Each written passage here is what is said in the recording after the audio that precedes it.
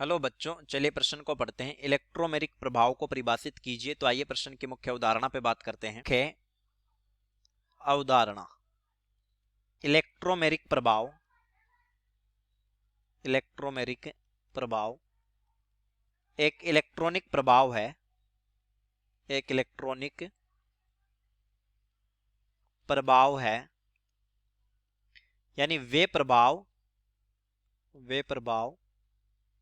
जो इलेक्ट्रॉन के विस्थापन अथवा इलेक्ट्रॉन के विस्थापन अथवा विस्थानीकरण से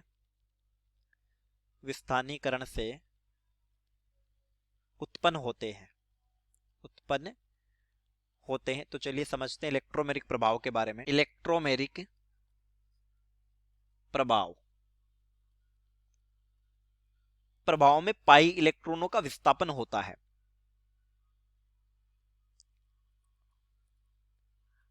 आक्रमणकारी समूह की उपस्थिति में पाई इलेक्ट्रॉन युग्म का बहुबंधित कार्बन पर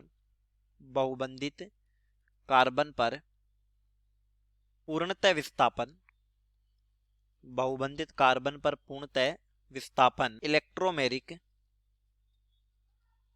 प्रभाव कहलाता है। यह एक अस्थायी प्रभाव है क्योंकि यह प्रभाव आक्रमणकारी समूह की उपस्थिति में ही दर्शित होता है। जैसे यह कार्बन द्विबंध कार्बन एल्कीन है प्लस कोई आक्रमणकारी समूह है। तो इस स्थिति में होता क्या है, कार्बन कार्बन के मध्य द्विबंध की स्थिति में एक सिग्मा और एक पाई, तो पाई इलेक्ट्रॉन युग्म जो होंगे वो इस कार्बन पर आ जाएंगे। तो जिस कार्बन पर इलेक्ट्रॉन युग्म आया उस पर ऋणावेश और दूसरे पर रह जाएगा धनावेश, तो यह बन जाएगा कार्बन, इस पर धनावेश, एकल बंध कार्बन, इस पर ऋणावेश। अब अगर आक्रमणकारी समूह है, नाभिक्ष नहीं होगा तो वो धनावेशित कार्बन से जुड़ेगा, और अगर इलेक्ट्रॉन से नहीं होगा तो वो ऋणावेशित कार्बन से जुड़ेगा। इसी को बोला जाता है ई प्रभाव, यानी कि इलेक्ट्रोमेरिक प्रभाव। यह प्रभाव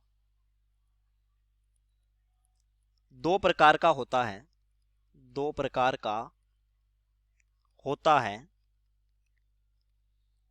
एक होता है प्लस ई प्रभाव, यानी प्लस इलेक्ट्रोमेरिक प्रभाव, और दूसरा होता है माइनस ई प्रभाव, यानी कि माइनस इलेक्ट्रोमेरिक प्रभाव। प्लस ई प्रभाव, इस प्रभाव में पाई इलेक्ट्रॉन युग्म का विस्थापन आक्रमणकारी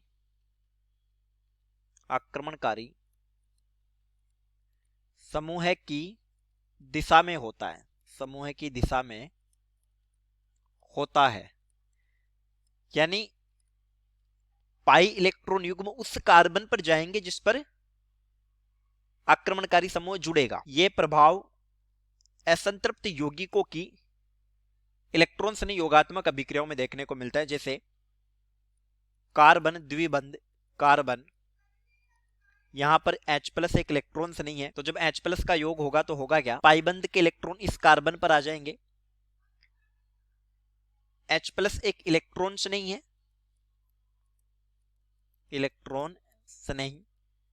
तो ये ऋणावेशित कार्बन से जुड़ेगा।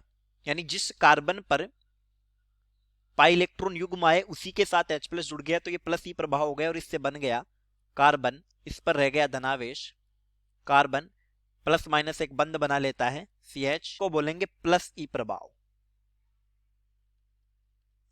ठीक इसी तरीके से होता है एक माइनस ई प्रभाव में पाई इलेक्ट्रॉन युग्म का विस्थापन आक्रमणकारी समूह के विपरीत दिशा में होता है।